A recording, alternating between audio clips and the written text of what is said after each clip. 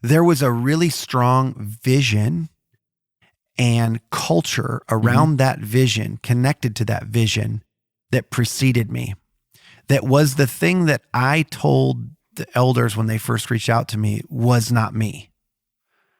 And I just said, hey, honestly, for me, this is really my passion, this direction, this vision, and it's different. It's a different direction.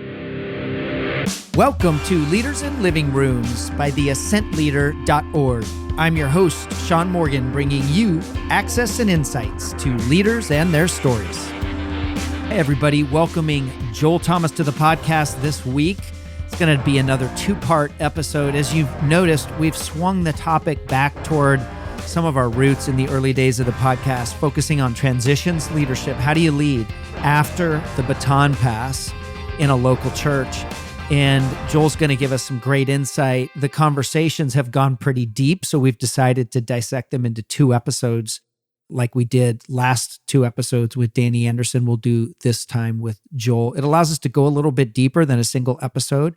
So that's why we're making that shift. And we'll probably do about a 6-month run on transitions leadership. So I hope you enjoy that and the leaders we get to bring you. Of course, we want to thank our sponsors, Food for the Hungry and CDF Capital. More information about them at the tail end of the podcast. But as we dive into this podcast with Joel and the interview we had, the conversation that I get to invite you all to be a part of, I wanted to give you a little bit more background on Joel. He's an incredible leader, as you know, Mission Community Church, but he spent a decade and a half at North Point Community Church in Georgia, where he worked for Andy Stanley. In fact, he was the first intern at that church. I think they were running less than 1,000. Joel was there for the heyday of their growth. And he's got an incredible side to his story where he is beginning to feel called to Mission Church, to the lead pastor role, but he actually wasn't looking for a lead pastor role. So he had to discern and pray through that and ultimately take that to Andy. And there's just a great side to Joel's story and how Andy led and pastored him through that situation that led to Joel about 5 years ago taking the lead pastor role at Mission. And one of the things you'll learn about Mission is culture is pervasive. And by that, what I mean is culture outlasts leaders. So there was a predecessor leader at Mission Community Church who had multiple moral failures and just a disaster of a situation for a church to go through. And that's the season that Joel was called in, was post that moral failure and about a year-long gap with no senior pastor. And so leadership left the prior leader, but what that leader had created or failed to create culturally was pervasive. And that's what Joel inherited. So he gives us incredible amount of insight into the culture of the church and how he had to diagnose that and discern that, and then how he had to make decisions on what to do about it. So Joel Thomas is on the podcast. I can't wait to jump in with you all. So here we go. All right, listeners, we're welcoming Joel Thomas to the show. Joel, so glad to have you. Man, it's a thrill. It's been a long time coming. We've been friends for a while, and I'm excited to sit down and talk with you today. Yeah, thanks for having me. I have been thinking about what aspect of bringing you on the show is going to be most helpful to our leaders. And I literally think there's 5 or 6 different topics I would love to do over the years. But I was also feeling the weight coming out of COVID. We swung the podcast away from transitions topics towards some other things that were helpful over the last year. And I felt the weight from some of our listeners about, hey, we want to hear some more transitions. That's a huge need that my audience has and senior leaders focusing on that. And so I said, I think I really want to swing toward that this summer. And so it gave me an opportunity to invite you. So thank you for saying yes. Thanks for being willing to be vulnerable and share your story. Yeah, I'm honored. So Joel's the lead pastor at Mission Community Church in Gilbert, which is a greater Phoenix area of Arizona. But you didn't start out in ministry here. You weren't raised up into this church. This was a transition where you came. So give us a little bit of your ministry journey, and then I want to tag on to that, or you can add on to that. Really, one of the things was just gaining clarity about coming into a ministry where you weren't from. It wasn't Yeah. your dad's church. It wasn't the church Yeah. you grew up in or the church you did ministry in. Yeah. So, but give us some of that arc of your history. Yeah. So funny enough, you bring up my dad. I actually lost my dad when I was 17, but I grew up in a ministry family. And even before my dad passed away, I just thought I will never do this. I was that guy that was like, grew up in a ministry family, and people were like, you're gonna, we see it. You're gonna follow in your dad's footsteps. And I'm like, oh no, you don't see it. Like, that's not happening. I went to school for business, wasn't planning to go into ministry even after my dad had passed away. I was always involved in the church. I had my years in college where I wasn't really walking in my faith. And then, through a unique set of circumstances, I encountered a church that, was making a huge impact in my life and in the community I was living at the time. I was right after I graduated from college. I moved to Atlanta, and, I was actually interning at one church, just as a summer job during the Olympics. The Olympics were in Atlanta in 96. 1996. And I literally was there working in this church because I wanted to be there for the summer for the Olympics, and then got involved in another church after that, which is North Point Community Church. And it's something that God really used in my life in a significant way. I ended up totally changing career paths. I was going into basically hospitality industry. I wanted to work in, I wanted to be on permanent vacation, which is what I thought it was like working in the Sandals resort Resorts. world. But VP right here. I wanted to live in Colorado. I had a job. I was actually going to move to Breckenridge and had a job as a ski instructor there. And anyway, but I really felt like God was leading me into ministry. And so I decided last minute to sell everything I had and go to seminary. And I went to graduate school, and while I was in graduate school, I did an internship at North Point. North Point Community Church is the church that Andy Stanley started. It was just getting started. It got started in 95, but they didn't have a facility. And even when I first started interning, we had no building. We were meeting every other weekend on Sunday nights, and was in a convention space first, and then at a Baptist church. And then when I finished seminary, I came back on staff there as we moved into the first facility that church had, and then the church grew, and I was the first intern at the church actually, and sort of grew underneath me. And I got to do a lot of really cool stuff in leadership there, mainly just because I got there before everybody else. So that was a fun run. I was there about 17 years, and then didn't see this coming, but God made it super clear through a series of circumstances that we had a new assignment. And so, 2015, January 1st, 2015, we got on a plane, my whole family, and we moved to Gilbert. That's awesome. You had two moments. At some point, when we do another episode, I want to learn more about sort of the jaded pastor kid to, okay. He's still in there. To I'm selling everything and going to seminary. Yeah. I think there's more there that I would love to unpack. And it's not unlike my journey growing up as a son of a church architect and not ever wanting to be in ministry. And yet here I am and here you are. But what became clear during that season? Because that's a big shift. Yeah. You know, I never had my dad, the reason I didn't want to go into ministry had nothing to do with I had a great dad. He was present. I didn't have the dad story where my dad was a pastor and he was married to the church and was never with our family. I just didn't have that. I would take the 17 years I had with my dad over a lifetime of time with many other people's dads that I would say. Yeah. So I didn't, it wasn't because of that. It was more because I was immature and I thought pastors make nothing. And we didn't have a lot of money growing up or a lot of stuff. And honestly, I was in that season where church had become a bit archaic, the form of church. Mm-hmm. And while I saw my dad have a lot of impact in people's lives, I just didn't have a real strong interest in pull, or there wasn't a lot of gravity like I need to be or I want to be. It wasn't inspiring or compelling to me at all. And that's what happened when I ran into North Point. What was happening in the early days there, it was something I had never seen before or experienced before. There was a mission, there was a vision, there was a relevancy, there was a connectivity that I had not ever experienced before in the church. And I wouldn't say my growing up experience was bad, where a lot of people walked away from the church because they had a negative.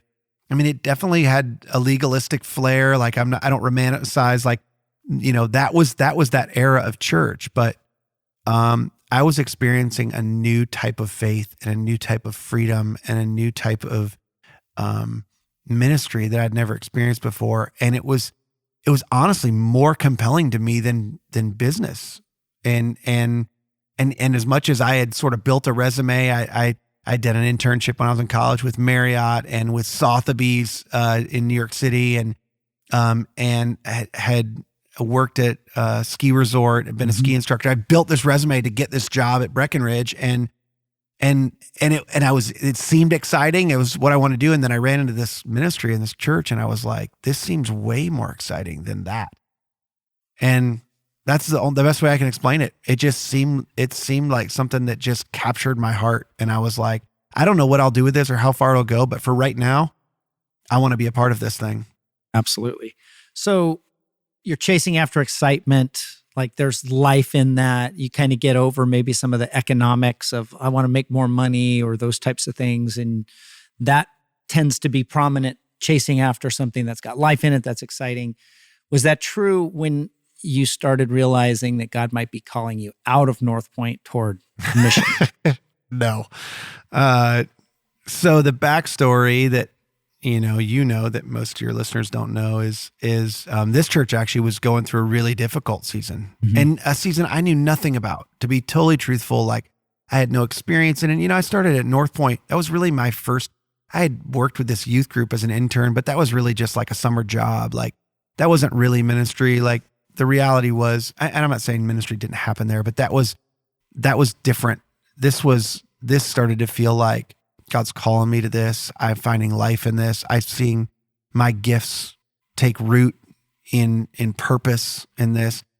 And so, I didn't, when I became part of North Point, I mean, it just grew like crazy. I mean, when I first started, the church was maybe 800 people every other Sunday night. And when I left 17 years later, and it's not because of me, it's what God did through the church and Andy's leadership. I mean, the church was 40,000 people and 7 campuses, and it's just a totally different thing. And it was just this amazing ride and run and experience.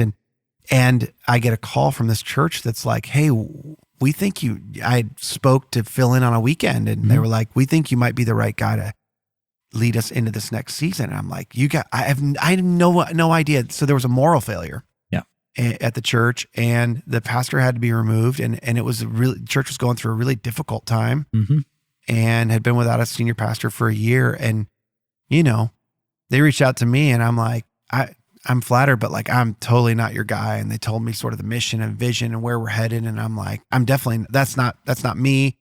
That's not my passion. And somehow God continued to work in that. And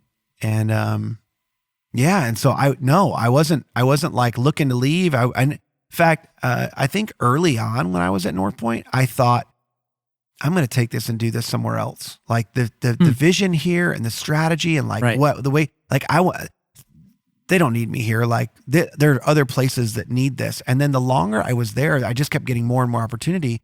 And the longer I was there, I never thought we would leave, like, this. I lived in a neighborhood with my brother and my sister. Like my sister was on staff. My sister-in-law was on staff at the church. Like my wife was on staff at the church. My kids, got on the bus with their cousins, and I baptized a whole bunch of my neighbors. And like the mayor of Alpharetta, which is where the original campus of the church was one of my best friends. Like I just thought, this is our life for the rest of our lives. And so it was sort of weird. It came out of left field. So it's very disruptive. It's sort of almost like Utopiaville, USA, the ministers connected with the mayor and everything, it's like Leave It to Beaver. And so you come out to mission, you know the background. There's been a moral failure. You've got a hurting church. I want to pick up there in a second, but let's just pause right there and say, we have listeners who are feeling called in the next season of ministry somehow to take a lead pastor role. Might be at a church they're at, or just sort of put their name in a hat of some sort of process to find a lead pastor role. What nuggets of advice do you have for somebody who's beginning that? Because that isn't like an easy question. Right? No, it isn't. And I will say, Andy helped me with this. I'll tell you the short answer is Andy really pastored me through this. And so what I'm going to share to you is most of this is stolen from him. And I don't remember how much of it's stuff that I learned in the process and how much of it's stuff that he said. So I would love to parse it out and give it credit. I'll just give him all the credit for it. So you can assume the best parts of it was from him. Andy. Yeah, it was from him. But there's three possible, I'll call them dynamics, anytime somebody's transitioning out of somewhere. It's one of, or the combination of three things. It's they're not happy and they're looking for something else. Like there's something that's bothered them. They've hit a lid. There's a disagreement. They're out of alignment. They maybe were hurt in some way. So they're not happy and they're looking to leave. Number two is there's a better opportunity. So like things come up and gosh, this is a better opportunity for me, for my family, better opportunity for ministry. And like, that's not a bad thing. It's just what it is. And then the third is there's a calling, and it's a clear, like, this is something you need to do out of obedience. And so it's interesting when I sat down and talked with Andy, which he gave me the freedom, and he told people all the time, like, hey, if you're thinking about leaving or doing something different, you don't have to whisper about that. Like, it's such a healthy culture. Like, you don't have to whisper about that because I know this isn't forever for anybody. Like, it's not he would say, this isn't forever for me. So like, if you have something you're feeling led to, or, so when we sat down, this is essentially what we talked about. He said, well, let me just ask you first, like, are you unhappy? Like, is there a problem? Because I don't want you to be unhappy. So if there's a problem I can fix for you, I want to fix it. Right. Because I don't want you to leave. But if I can't fix it, you may have to leave, and he was just really honest. It was just like, hey, like let's talk about it. I'm like, I'm really not unhappy. Like, in terms of truthfully, I didn't think there was a better job in the world. Yeah. Like, I loved working for him, and I didn't have to be the guy. Like, that wasn't a thing in me. I wasn't looking for that. And so I got to do everything. I got to teach on a regular basis. I led a large staff, large ministry. I basically determined my own schedule, my own team. Like, I didn't think there was a better job in the country. And so I definitely wasn't happy. I definitely didn't think this was a better opportunity. Not saying anything about the church. There was tremendous potential. It was a large church in a really nice area, fast growing community. I mean, this community is amazing. It's an amazing place to live. We love it here now. But at the time, I mean, where we lived was an amazing place too. Like, it wasn't like we looked here and said, oh, in fact, when we first came out, we were like, this is a lot like where we live. Like, the climate's different, but like the community's very similar. It's affluent. There's a lot of people that care about family and community. It was very similar. The context I understood because it was very similar to where we were. But I also knew it was going to be hard. It was going to be a lot of work, and it didn't seem like a better opportunity to me than where we were, because there was a lot of exciting things happening there, and there was a lot of opportunity in the future for me personally. And then the third thing was trying to figure out if this is something God was calling us to do. And in the end, I'll save you the long story, but God had to make it super clear to us, but he did in some supernatural ways that, like, this is what we're supposed to go do. And I remember sitting at a restaurant with Andy when he's like, look, I don't want you to go, but I mean, I literally, this is actually how it happened. I said to him, tell me I don't have to do this.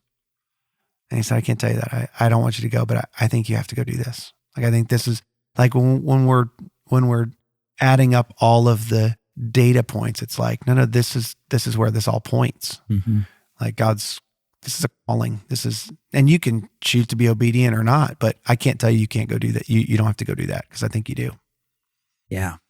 You talked about Andy pastoring you through that. And what a gift of just sage counsel, but also just knowing somebody's in your corner. I think as a leader and as somebody who my call is really, holding up the arms of other leaders in the local church context. It's heavy to have somebody on your team feel like their next is not on your team. Yeah. Which is right? really remarkable because and this is the thing I would say, and I know I would assume most of your podcast listeners know who Andy Stanley is. I hope so. But he's been on my, he was a guest last that's right. fall. So if they don't, they're not listening to all my episodes. And that deeply concerns Which was me. a great episode, by the way. I know that we could talk about that. I know the intention was about his book, but it was so much more than that. Yeah. Anyway, the thing I was going to say is, and nobody pays me to say this, I don't need anything from Andy, but the thing I would tell all your listeners, if the closer you got to Andy, the more impressed you'd be. I know him very well. I've seen behind the scenes, and the closer I've gotten, the more impressed I am with who he is personally, the more influence he's had in my life and that I've been willing to give him. And so not only to have that guy, but to have somebody who had a lot to lose in the situation, really be able to be selfless and go, I want what's best for you, and I want what's best for the global church, the capital C church. And so I'm gonna help you discern. This is your phrase. Is we didn't get to decide. We were trying to discern what God had already decided I needed to do. We were trying to discern, and he really led me through and created the space for me to discover that in some of that, and just said, hey, look, as much as you want me to help, I'll be involved. If you want me to stay out of it, and of course, I wanted him to be involved. So, I tried to be careful. I didn't make every conversation about that when we were in the process, but he was certainly interested, and he cared about me, and he cared about me more than he cared about what I could do for him. And that's really remarkable. Yeah, it is. And you're right. It's big C church minded. Some of the heaviest moments and some of the leaders that I've coached are when they've lost members of their team to go do other things. But working with them in the moment, it's like sometimes when it's time for you to leave, and you realize that it can be easy to then say, well, I've got to protect myself. I have to do these things to ensure that I can survive this transition. Yeah. And maybe that's, well, I'm not going to talk about it until the last minute or whatever. And there's all these different contexts. But I think really saying, how do I take the high road, right? Yeah. So I recently transitioned out of CDF and am so thankful for my boss there, Dusty Rubeck, and how he led through that. He was somebody who, like Andy, I could talk to from the very beginning of saying, I think this is a possibility of me needing to do this. And I just remember I had to put notes on my wall in front of me. So I saw it as just how do I leave well? How do I leave well? And I think that's a huge part of that, of just taking your legacy and creating your legacy and taking your reputation and not being myopic, but then also for somebody like Andy to go, how do I help people leave well? Because there is a rising tide raising all ships, right? If we are big C church focused. So and for your listeners, not everybody's going to have that. But I would say, so two things: make sure you're that guy. Yes. When it comes time, make sure you decide you're going to be that guy for the person that's coming to you, that's on your team. But if you're in a situation you don't have that person, you can find that person outside the organization. Somebody like that is around you. You've been that to many people. Make sure you find somebody who can be in your corner to help you discern. Is this really about you're not happy and you need to reconcile something here before you go leave? Is this really a better opportunity, or does it just look like a better opportunity? Or, is this something God's calling you to or not? Having somebody help you discern that process, I think, is critical. Yeah. Yeah. And that's really the difference for me. I know there's a lot of muddy waters between what's consulting and coaching and mentoring, but coaching comes with a scorecard, a scoreboard, like a sports coach, analyzing how you're doing in your job and helping you perform better. Where a mentor, might look at the scoreboard, but that's not an essential part of their relationship. It's Right. really investing in you, where you're at or where your next is or everywhere in between, taking that out and saying, I'm for you, but Yeah. taking the organization, the role, the metrics out, which is one of the things I try to define is different in a mentoring Yeah, that's type good. role. So you come here, you've got a hurting church. One of the things, I'm not a culture expert, but culture bridges and is more pervasive than leadership. And when I say that, what I mean is you can remove leadership and the organization exists over a period of time and it carries those pieces of culture embedded in it. Yeah. So then whatever happens for you arriving here, you've got to discern, okay, I know some things about this story. I know we Yep. have a hurting church. Yep. So there's some pastoral elements to that. Yep. But then you also have the leadership elements of what are the aspects of culture that we have to heal or allow God to mend. So talk to us about walking into that new season here, being the formal leader, Yeah. but also being brand new, Yeah. right? You're probably still living out of boxes. You're trying to get your Sure. power turned on, Yeah. but yet you're leading this incredible ministry here and trying to offer it the great future you know God's got in store. So, it's interesting. You would know better than I would whether this is really unique or not, but the uniqueness of the situation that I was in when I stepped in here was there was a really strong vision and culture around that vision, connected to that vision that preceded me. That was the thing that I told the elders when they first reached out to me was not me. And I just said, hey, honestly, for me, this is really my passion, this direction, this vision, and it's different. It's a different direction. And so we don't get lost in the details. I won't, unless you want to talk details. It was a considerably different direction. I don't know if it's 180 degrees in the different direction, but it was probably 120 degrees in a different direction. So like, it's not remotely in the same direction, not remotely the same vision, different values, different culture. And so, in some ways, again, this is all looking back. I didn't know this when I showed up, but I was facing not only a turnaround because, obviously when you have a moral failure, you start to have an exodus, you begin losing financially and people that are bought in and people that trust the church.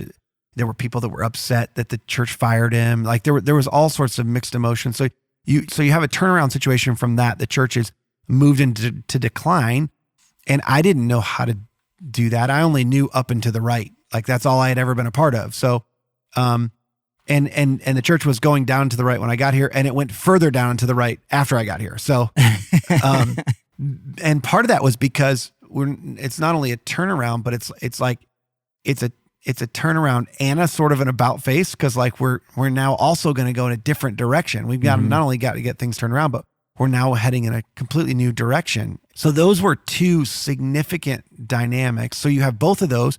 And then you also have a church that's hurting, as you were saying, and needs healing. So there's three different dynamics there. We're in decline and we need to become financially solvent because we're losing money every week. When I show up, we are going in a direction that I don't feel like we're called to, which by the way, the church elders decided to change directions before hiring me. That's why they hired me. So after I said, hey, that's not for me. Why isn't that for me? Well, I think this is what I feel called to. This is what, I believe the church is. And they were like, oh, that's how we began. Maybe we've lost our way. The thing is that wasn't communicated before I got here. So now I'm showing up needing to communicate, hey, we're going in a different direction. It wasn't, hey, we decided to go in a different direction. That's why we hired this guy. So, which, that's just an is. Like I didn't know to say, hey, this is stuff that needs to be communicated.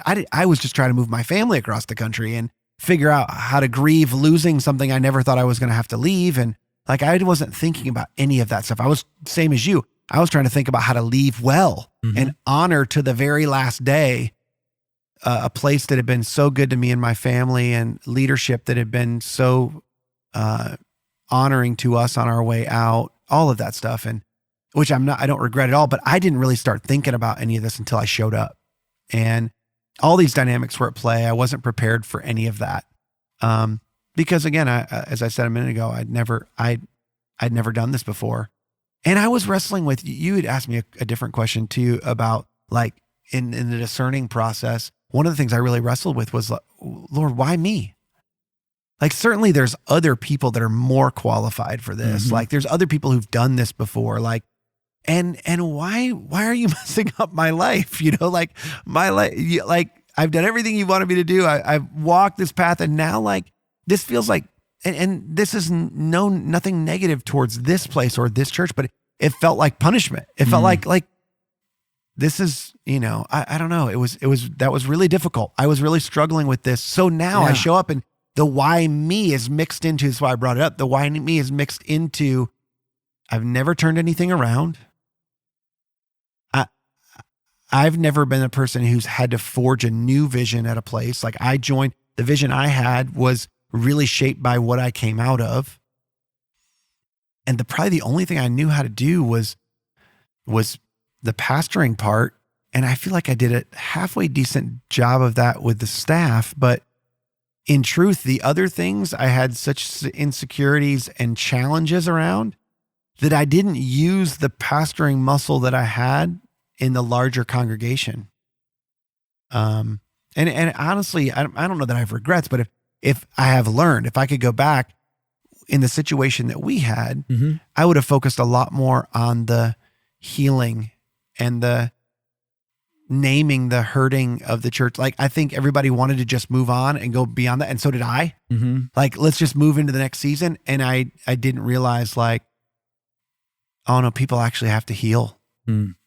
It's like medically, you get this wound, but whenever it's time to clean the wound, it gets a lot more painful. Yeah. But that's the only way the wound's going to heal well, right? Yeah. Is to get the dirt out or use the antiseptic. And there's always that sting. Yep. And I think that a lot of times it's like, well, can we just tuck that away and repress that and forget about that and move on?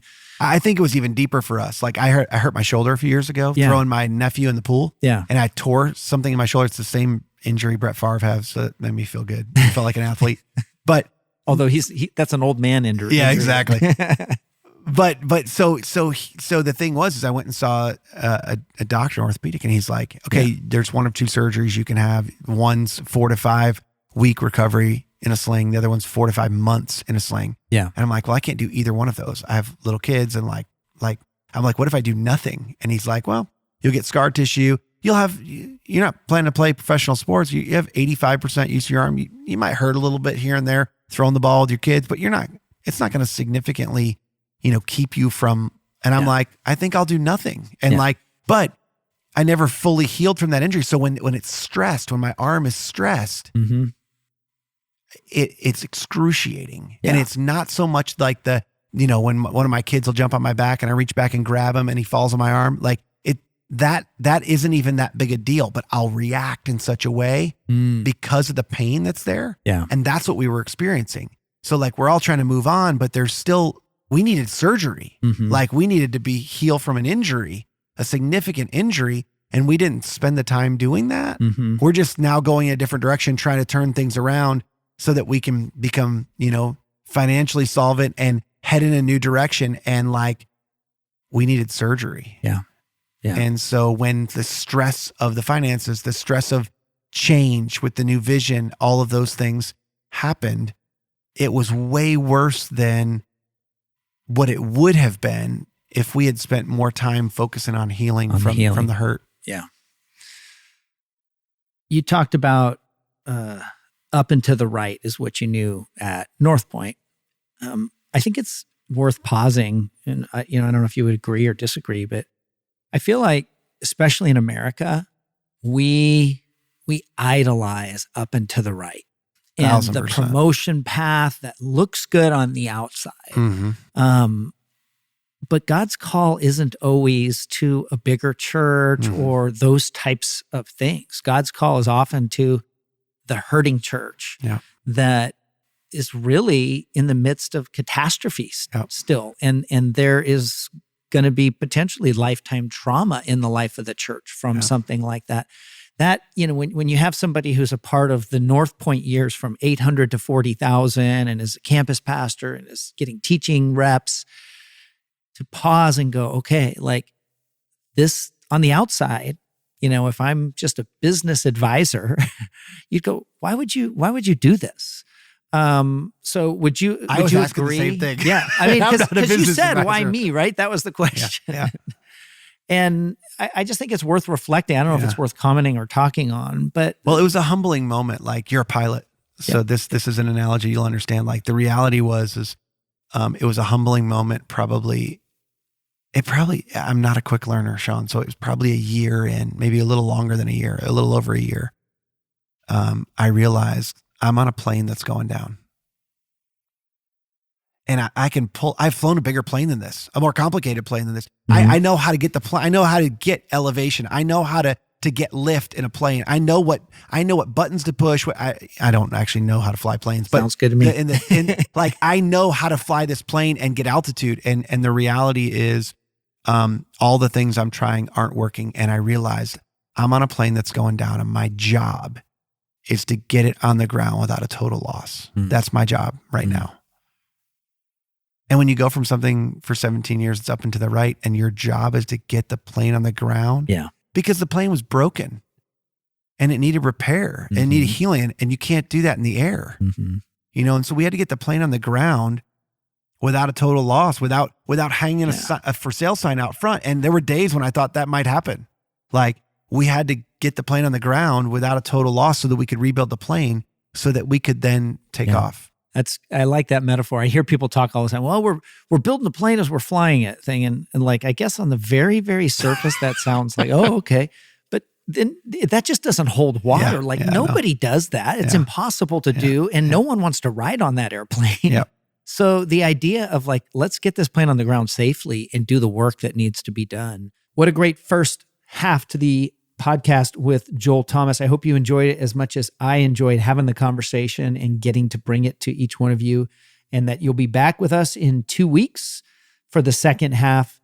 I would greatly appreciate if this podcast is helping you in your leadership, that you would like, subscribe, share on social media, let your friends know what you're listening to, and point them to Leaders in Living Rooms. We're so thankful that we get to serve you in this way. We're also thankful for our sponsors, CDF Capital and Food for the Hungry, that bring this episode to you. CDF Capital, helping churches grow with spiritual, financial, and leadership capital. You can check them out at cdfcapital.org, and Food for the Hungry, fh.org/churches is the best place as a church leader to check in with them. If you have any questions about partnerships with these organizations, I would love to directly connect you with somebody. You can reach out to me, Sean, SEAN, at theascentleader.org. And lastly, I do want to point you to theascentleader.org, where we serve leaders best in cohorts. These podcasts are just a way of sharing what we're learning and the conversations we're having in these incredible cohort environments. If you've thought about getting in a cohort, please hit us up at theascentleader.org. We have 2 different kinds of cohorts, for communicators and for transitions leaders. And by God's grace, we have been able to raise some scholarship dollars in the first part of 2021 that we can bring to assist people who normally wouldn't be able to afford a cohort. So once again, hit us up there, theascentleader.org. Until next time, take care and God bless.